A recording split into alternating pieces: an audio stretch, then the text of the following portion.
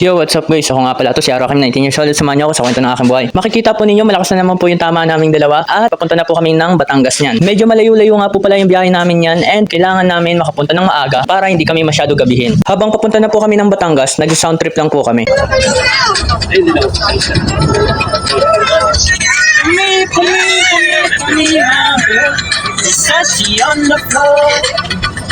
For more. Kain ka! Kain po sa ito! Para malingin ka! Ay, ikaw, bakit daw boses ko? Totoo naman eh! Ano ba?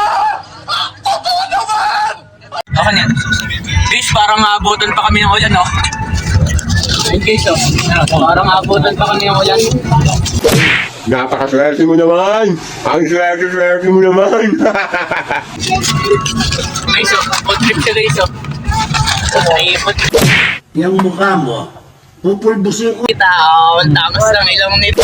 Ikaw ang pinakamagandang lalaki sa balat ng lupa. Tito. Di ba, ilayo mo sa akin to. Ayoko makita ito. Maita ulo ko. Hindi pa kargado yan. Ang sikip naman eh! Ang sikip! Yabang-yabang nito. Ano ba yung clown song?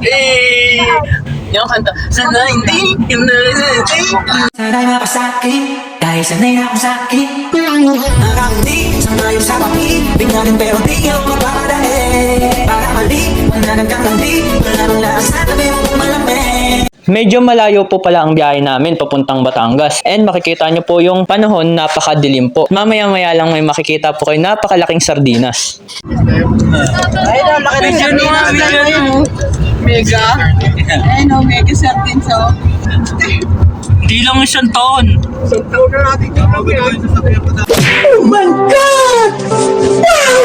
City every night.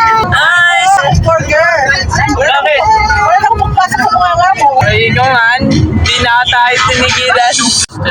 Namin drama sa taktok. Ito na nagawa drama sa friends. Delivery yan. Wait lang. Ulit. 1, 2, 3. Si Prince. Lumilipad na naman ang isip ko. Para makamili sa kanyang itaas. Sa tuwing simulay, aking Isip ko yung titing mo. Si Tito, may kamukha talagang artista si Tito. Huwag naka side way. Dito. Sino? Dito ta sa kabila. Sino kamukha niya? Ninulay. Tiyaraw natin. Bartolome. Si Ninong na yan, ang daming alam na Si luto. Tita. Steph, sino kamukha ng tito mo?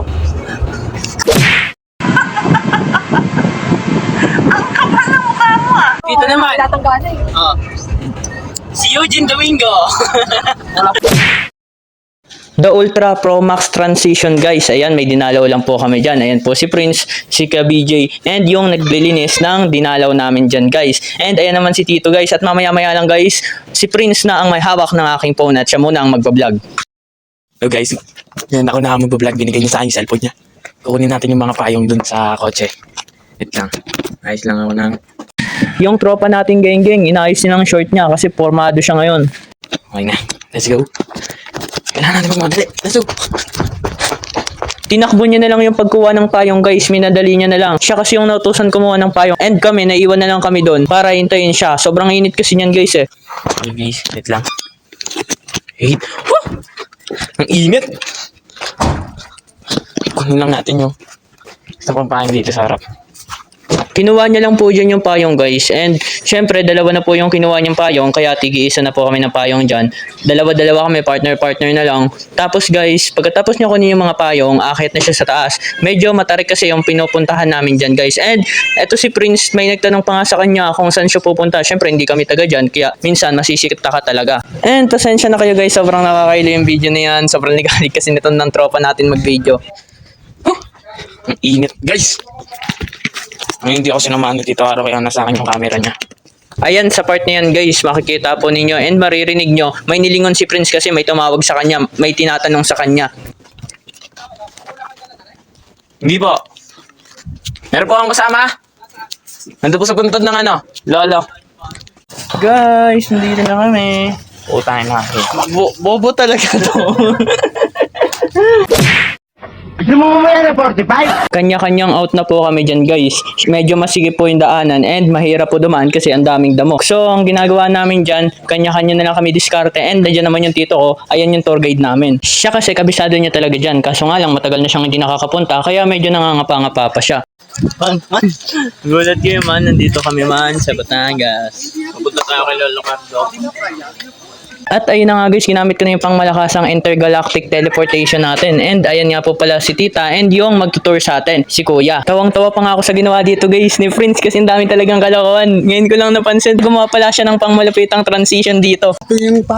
So guys. O kasi si Papa, pencil tayo doon.